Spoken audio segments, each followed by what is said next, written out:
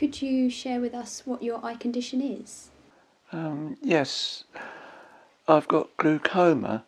I've got a small tunnel in my left eye, and which is about just over a quarter, and the other eye is about half of an eye, which can get confusing at times because you tend to walk into things, especially on the left-hand side. You get, if people come past you, you don't see them until they get more or less in front of you, and it makes you jump. What was it like when your eyesight first started to deteriorate, and how did that change your life and the way you were able to do things? Well,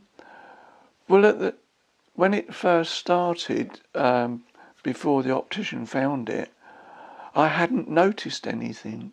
You don't notice it. With glaucoma, it gradually dies off round the outer edge of it. But the brain tries to fill in the outer bit that's not there, if you can understand what I mean. Yeah. Which makes it more difficult because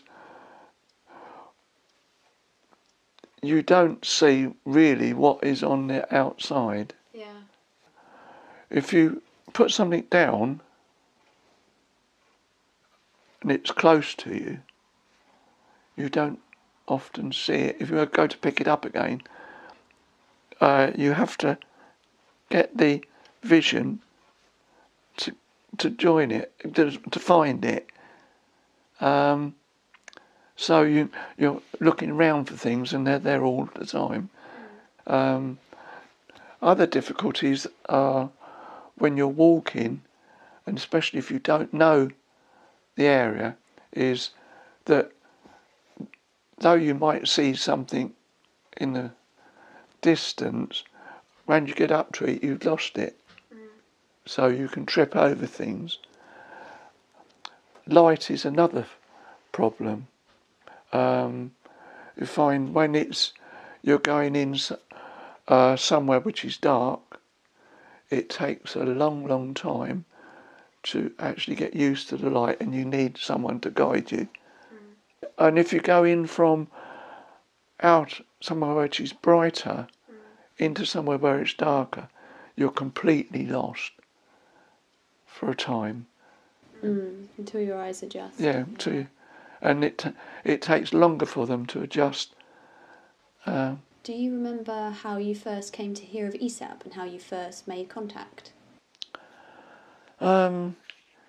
Yes, it was when I was having all the hospital appointments and having things done, and because of my left eye was much worse, at times I found it was better just to look through my right eye, and I needed something to try and stop this left eye from seeing things, but didn't know where to go.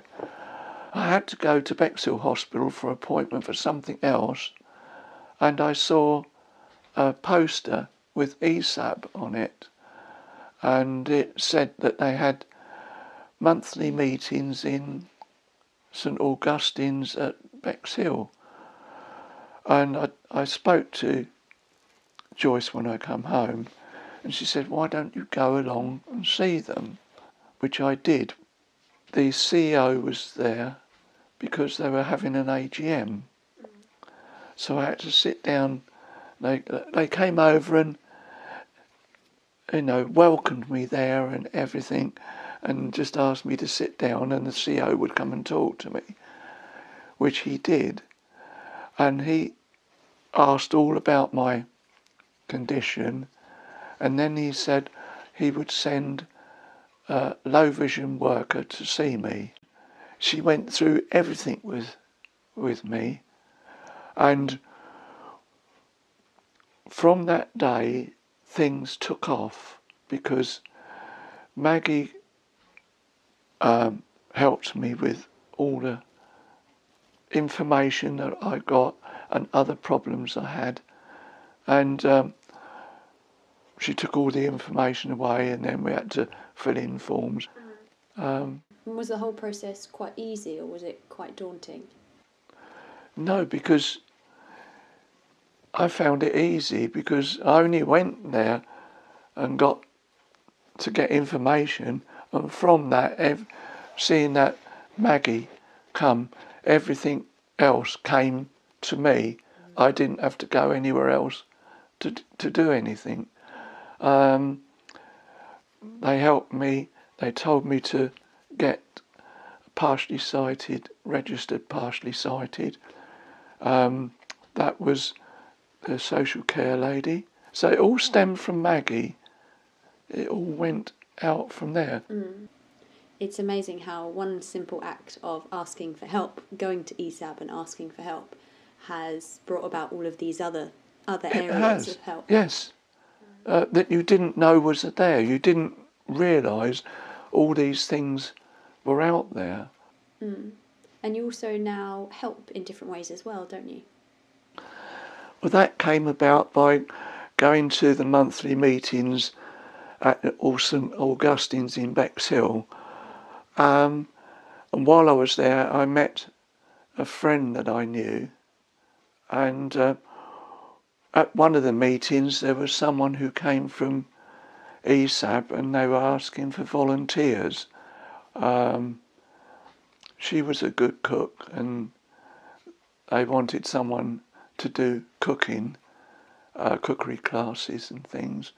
And so she volunteered for that.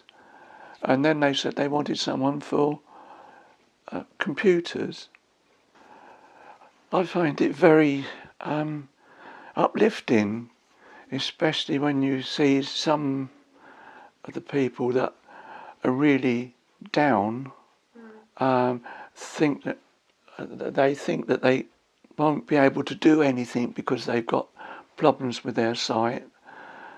And when you manage to go there and change their computer so that it's much better for them to see everything so they can use them again, it's very uplifting.